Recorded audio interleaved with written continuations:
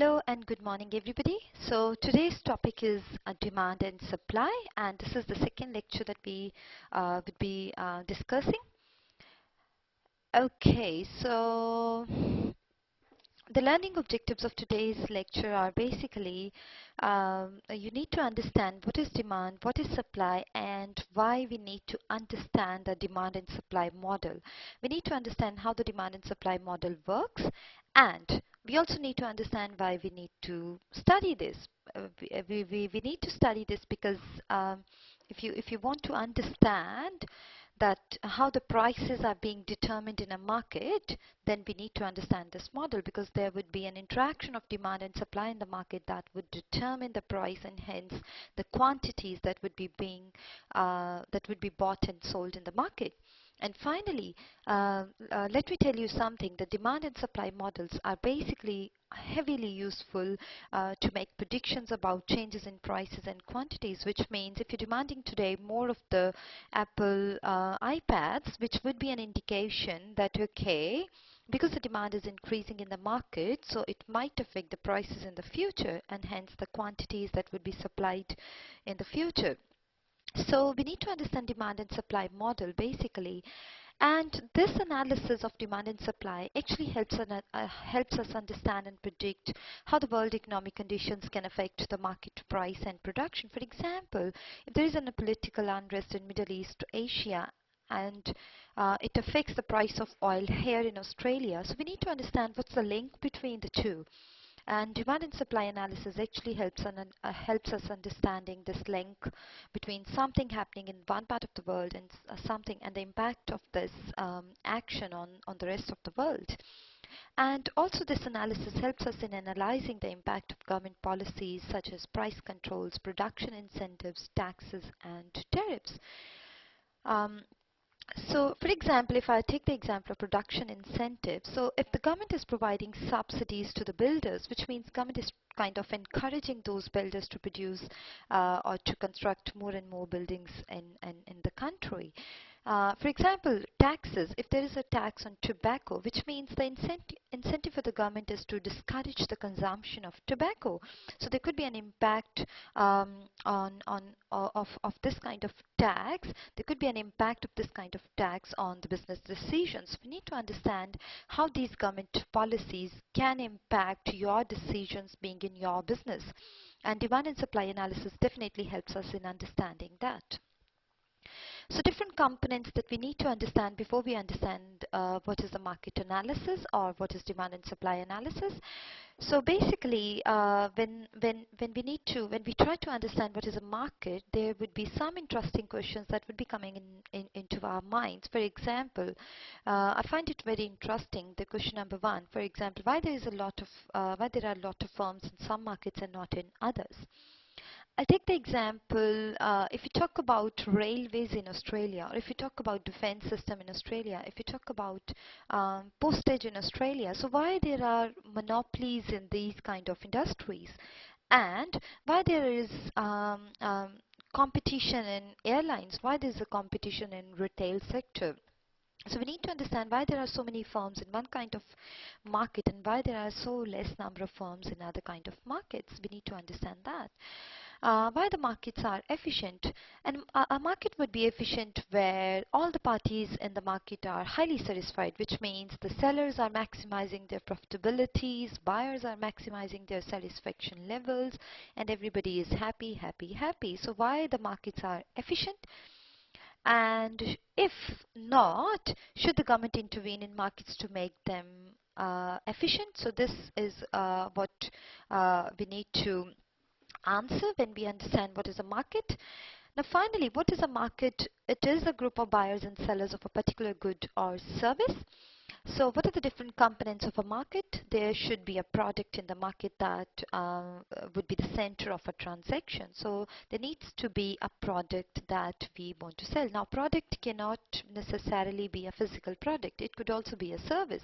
For example, if you go for dentist services, or if you go for airline services or some other kind of service, or it could be a physical product. For example, if you want to buy Coke, if you want to buy vegetables, if you want to buy car, if you want to buy bike, and something like that. So there should be a product in the market, and then there should be buyers who are willing to buy the product, and there should be sellers who are willing to supply that product, and there is a need for a voluntary exchange between those buyers and sellers. So these four components together make a market. Now, what is a price? It is a price that is prevailing in a competitive market, such as the market for the price of gold. Now, if you look at the price of the gold, it would be almost the same irrespective of from where you buy it. All over the world, there should be a same price for gold. And this is an example of a perfectly competitive market.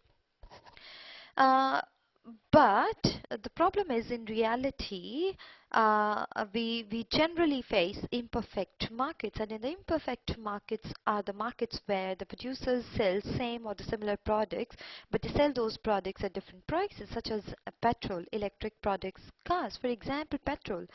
Even today, if you go to two different petrol stations, for example, Woolworths petrol station or Coles petrol station, I'm sure the prices of petrols would be different on those two petrol stations. So what are the reasons and why those prices are different for the same product?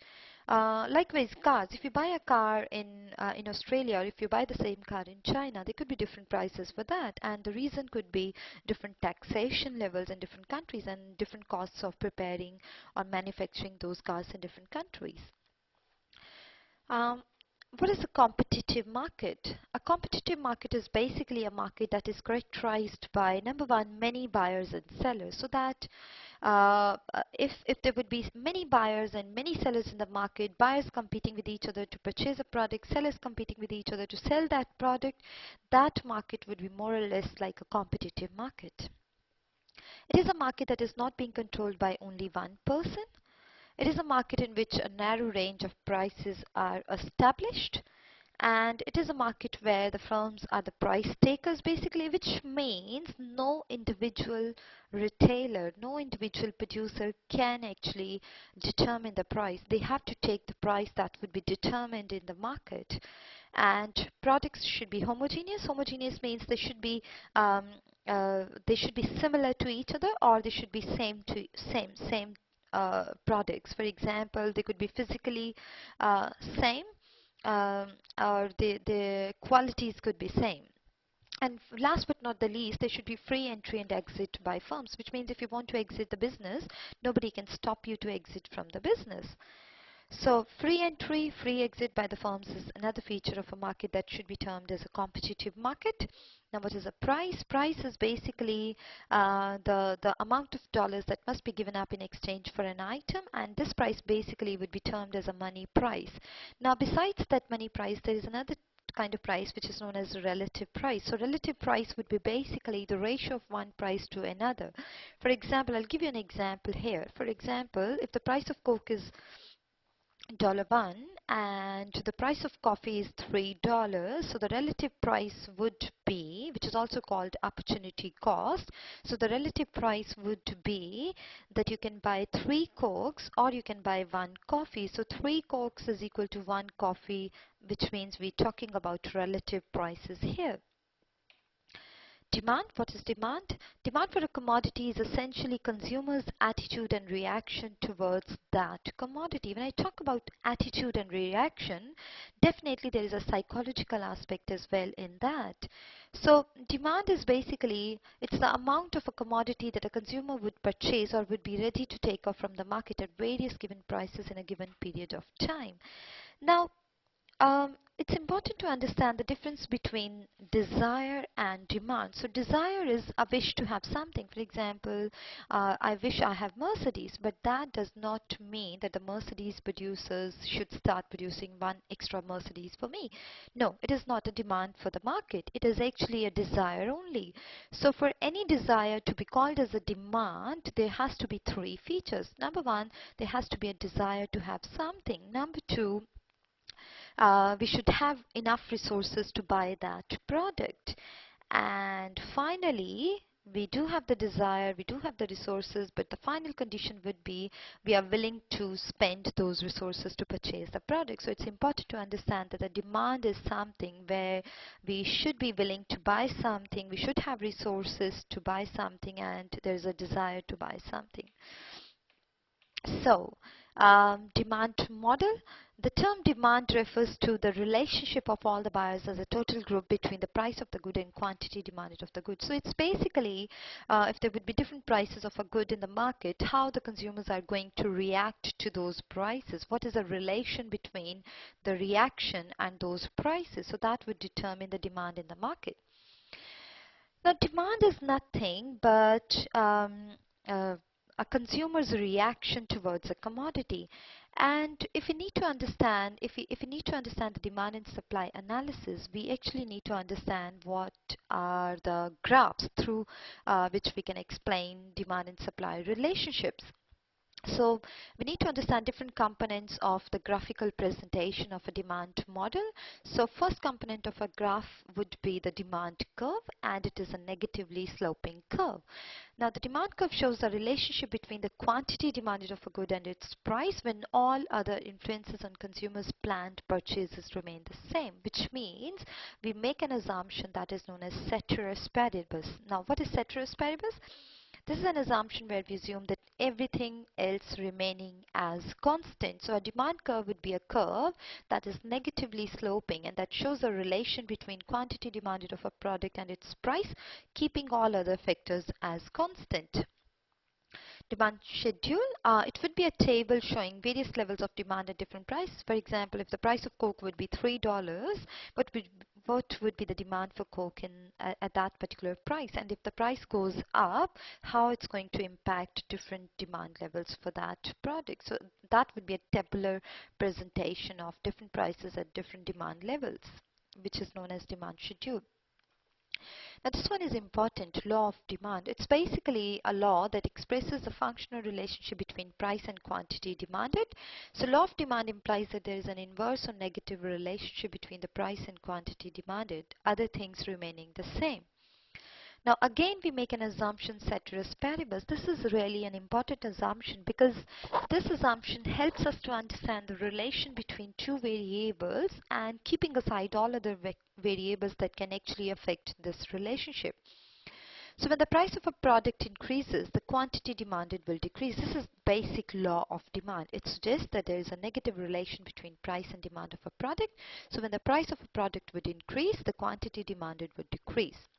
And when the price of a product would fall down, the quantity demanded would rise. Ceteris paribus, that means holding all other factors as constant. What are the all other factors?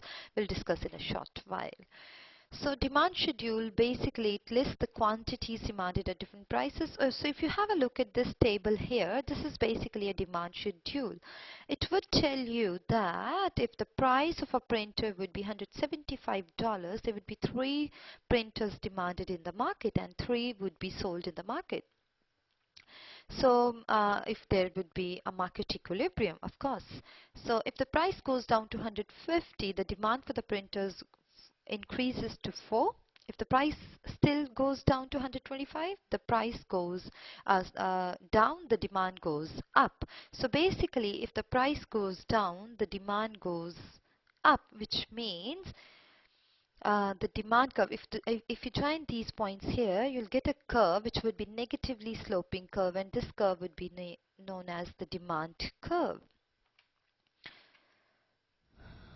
The demand curve is nothing but a willingness to pay curve, which means every point on the demand curve indicates that this is the quantity at this particular price that the consumer is willing to buy and willing to pay. Now, the smaller the quantity available, the higher is the price that someone is willing to pay for another unit, which means if the commodity is scarce, it will get more value and hence consumers would be willing to pay more for that. It actually measures the marginal benefit as well.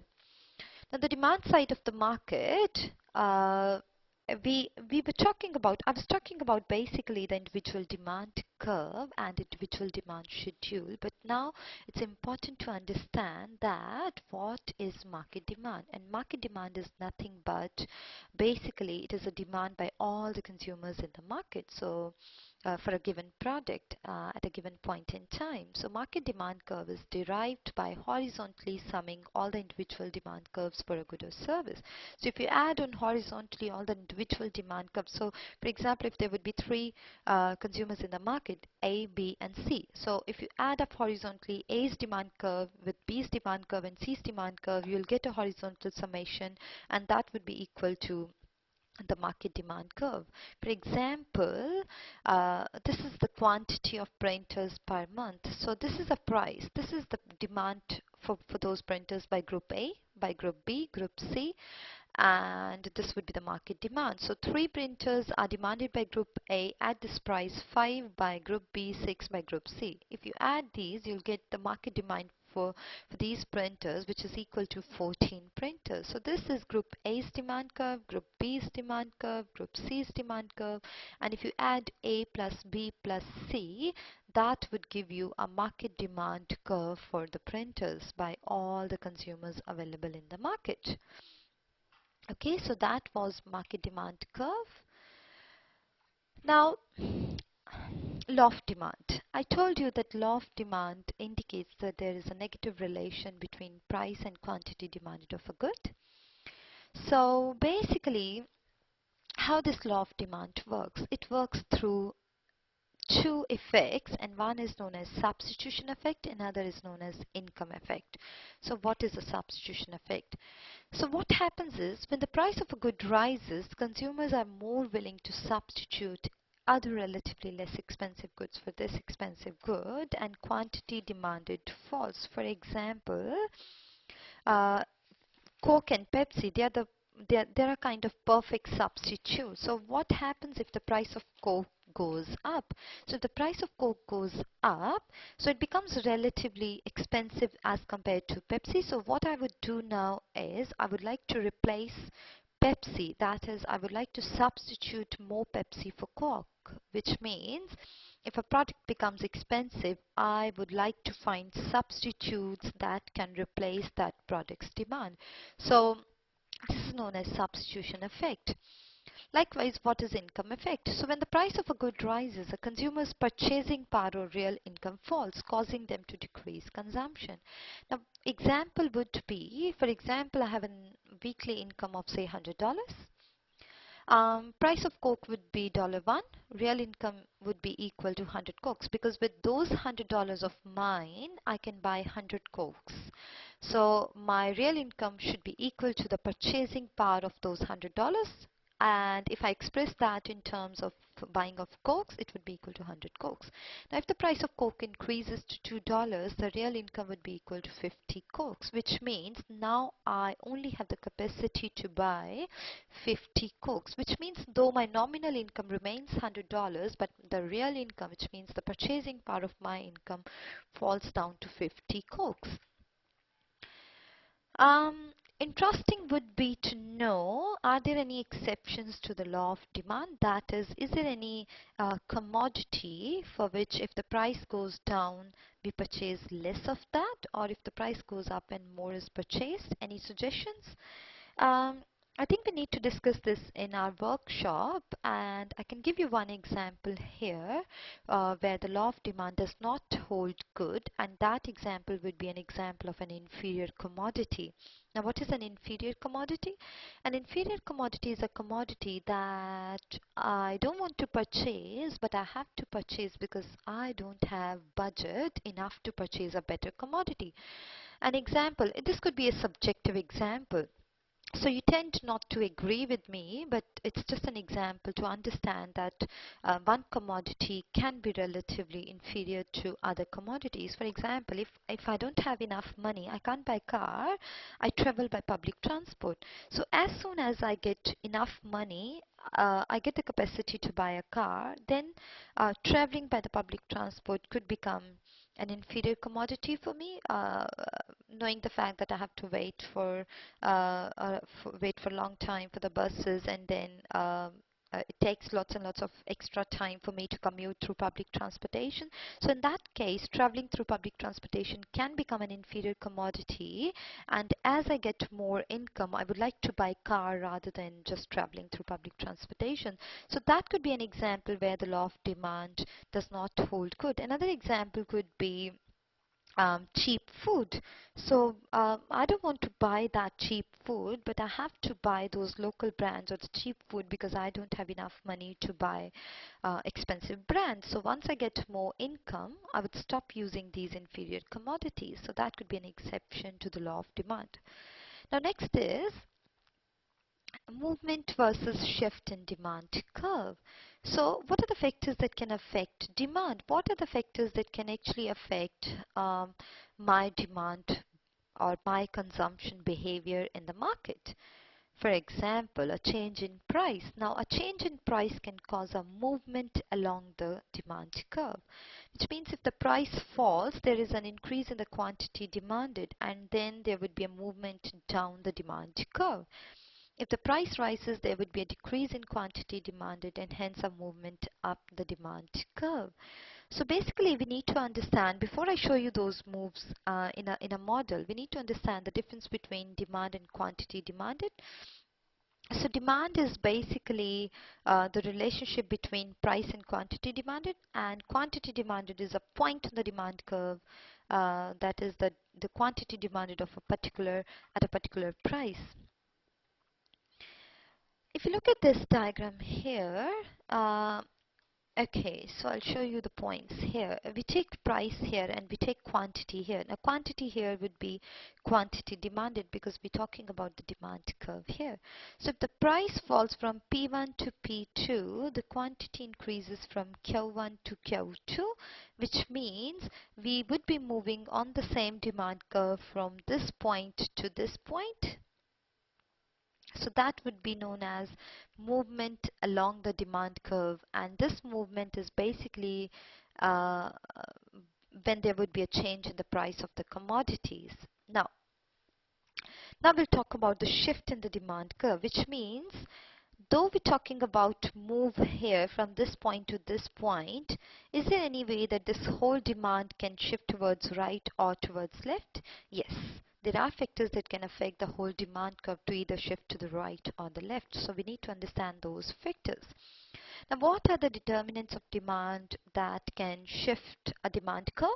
So five most important variables affecting demand would be: number one, prices of the related commodities. Number two, consumer income, tastes, population and demographics, expected future prices or anticipated price. Now, a change in any of these factors will definitely cause a shift in the demand curve. I'll explain you these factors one by one. So if there would be this kind of demand curve D1, it would shift towards right, which means there would be an increase in demand and the demand curve shifts towards right, and a decrease in demand would be indicated by a shift towards left in the demand curve. Now, the first case that I explained to you, prices of related commodities. For example, substitutes. Now, the substitutes could be the goods or services that can be used in place of other goods or services. For example, it could be apples and oranges. It could be Coke and Pepsi. It could be two commodities that you think give you similar kind of satisfaction, tea or coffee, for example. So whenever the demand for a good will fall, there would be a fall in the price of the substitute good, which means if the price of coffee goes up, then the demand for tea would go up. And if the price of coffee goes down, then there will be a fall in the demand for tea, which means if the price of substitute commodity X increases, the demand for substitute commodity Y would fall down. Bus ride versus train ride could be an example. Energy drink versus energy bar. So they're considered as substitute commodities. Laptops by Toshiba and Dell. Hybrid cars, for example. So these are the examples where we say that we can substitute two kinds of commodities. Now, complementary commodities. So complementary are the commodities that are basically consumed together. So the demand for a good will rise when there is a fall in the price of the complement good, for example, car and petrol. So if the price of petrol goes up, there will be less demand for cars in the market because you can't drive a car without petrol. Printer and ink cartridges, another example. Tennis rackets and tennis balls, another example. So what happens here is, if we talk about complementary commodities, for example, sugar and coffee. So if the price of sugar goes up, the demand for coffee might fall down because sugar is being used as a complementary commodity to coffee. So another example, burger and chips, popcorn and cold drink, computer and computer software. Second determinant of demand is consumer income. So there is a positive relation between consumer income and demand, but that relationship only holds for a normal commodity, and that relationship does not hold good for inferior commodities. Now, normal commodity, what is a normal commodity? Any commodity that you think you would be buying more when the price would fall down should be considered as a normal commodity. So a good whose demand is a positive function of income would be a normal commodity. A good for which the demand increases as income rises and decreases as income falls. Now, inferior commodity, where demand is a negative function of income. I already explained this example to you. A good for which the demand increases as income falls, and vice versa. So, example of inferior commodity, you'll have to think about that. So, but keep in mind that the inferior commodity examples could be different for different people because it's a very subjective thing. It's your personal opinion that you consider public transportation as an inferior commodity, or you consider it as a superior commodity or a normal commodity. Another could be taste and preferences. So basically, these are influenced by advertising and marketing. For example, if I am very brand loyal, if I always buy Apple, iPhone, or iPad, which means I have a preference towards that particular brand or a company. And this is an area where the companies use marketing strategies to influence people's behaviors. Population and demographics. So as population increases, the demand for most goods and services will increase, which means more and more people in the city, which means more and more would be the demand for different commodities in the market. Demographics also work, so changes in the characteristics of the population, for example, age and gender, will influence demand for various goods and services. An example of demographics could be, for example, if you're living in Perth and there has been an increase in the demand for housing, and this is because more and more people, the younger generation basically, have been shifting to Perth. So if there would be more and more younger population in a city, there would be more demand for the commodities that are being consumed by this group of population. If there would be more elderly people in a city or in a country, then there'll be more demand for Medicare or say other health facilities. So demand also depends upon the characteristics of the population we would be considering. So expected future prices, another determinant of demand. So if I'm expecting that the price of gold is going to increase next month, definitely I'll be trying to buy more gold this month. So if you think that the price of petrol would be more on Friday or on weekend, you would try to buy the petrol on Wednesday or Tuesday, or on the day when it would be cheaper. So if you think that the prices are going to increase, you would demand more of a commodity, and vice versa. So what can cause an increase in demand? Number one, a positive change in preferences, which means if you like the product, there will be more demand. If your income increases, especially the real income, there would be more demand for that commodity. If the price of complement good decreases, you'll be demanding more of this commodity. If the price of substitute good increases, number of buyers increase in the market, expectation that price will increase in the future. So all these factors would impact the demand and would result in an increase in the demand. So the same thing. So with this chart, you can understand that the factors affecting demand and change in this variable. So if there would be a change in price, there would be a movement along the demand curve. If the income changes, then there would be a shift in the demand curve. And likewise other factors that I have already discussed with you. But it is important to understand that these relationships work with an important assumption, and that assumption is known as ceteris paribus assumption.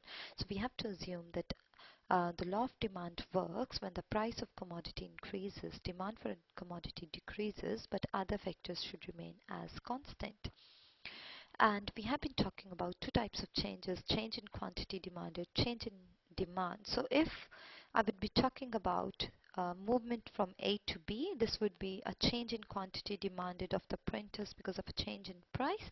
And if I talk about movement from A to C, this would be basically a shift in the demand curve, and this would be known as a change in demand. So A to B is change in quantity demanded, and from A to C, it's basically a change in the entire demand. Supply, I think I'll take a break there, and I'll discuss the supply concept in the next part of the video. So thanks for listening, and I'll be back with the second part of this